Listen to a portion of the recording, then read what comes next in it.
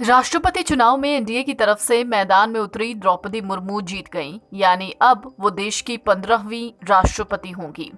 इस जीत पर उन्हें बधाई देने वालों का तांता लग गया। प्रधानमंत्री नरेंद्र मोदी ने भी बधाई दी, लेकिन इसी बीच एक और खास शख्सियत ने उन्हें बधाई दी, जिसकी बधाई की चर्चा अभी फिलहाल राजनीतिक गलियारों में है।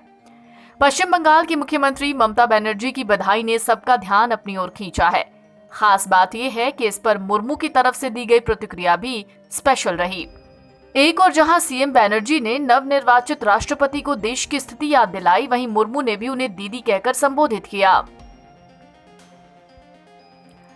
ममता बनर्जी ने ट्वीट किया, मैं निर्वाचित हुई माननीय राष्ट्रपति श्रीमती द्रौपदी मुर्मू को बधाई देती हूं।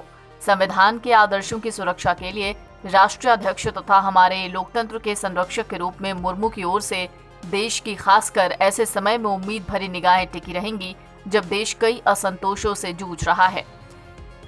ममता बनर्जी के इस ट्वीट पर मुर्मू ने कहा, आपकी प्यारी शुभकामनाओं के लिए धन्यवाद ममता बनर्जी दीदी। मैं हमेशा अपने संविधान और भारत माता के आदर्शों की रक्षा के लिए तत्पर हूँ।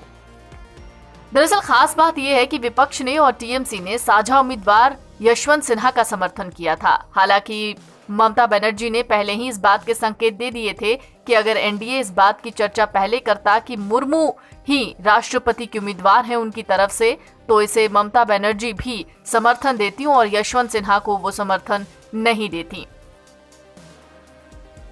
हालांकि इसी बीच टीएमसी ने कहा है कि उपराष्ट्रपति चुनाव के लिए विपक्ष के उम्मीदवार को अलोकतांत्रिक तरीके से चुना गया था।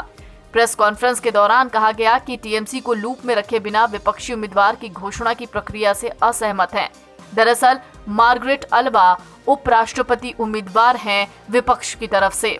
टीएमसी ने कहा कि हमसे न तो सलाह ली गई और न ही इस बारे में चर्चा की गई, इसलिए विपक्ष के उम्मीदवार का समर्थन वो नहीं करेंगे।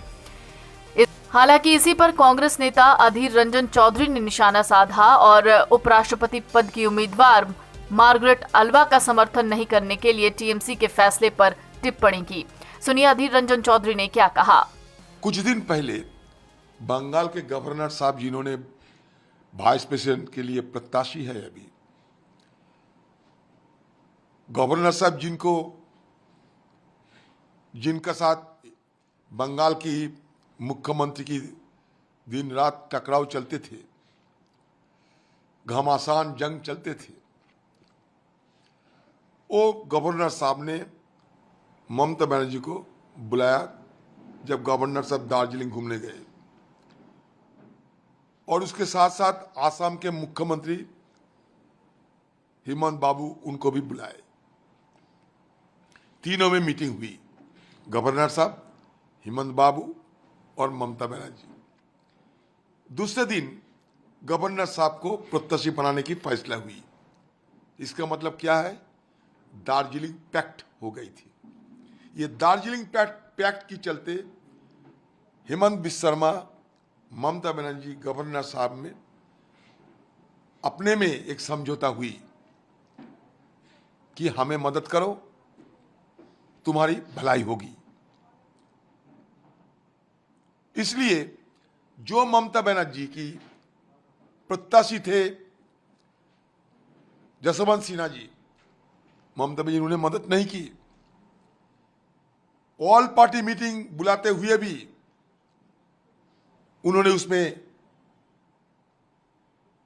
नहीं मौजूदगी रहती है।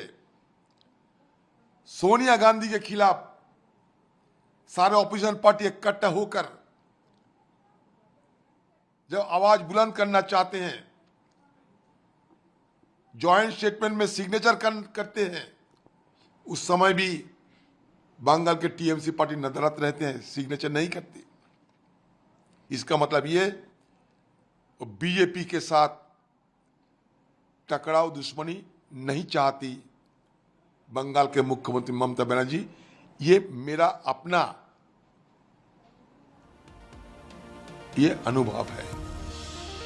जाहिर है द्रौपदी मुर्मू और यशवंत सिन्हा के बीच जो मुकाबला था, ये बात पहले से तय थी कि द्रौपदी मुर्मू ही राष्ट्रपति चुनी जाएंगी। एनबीटी ऑनलाइन की रिपोर्ट।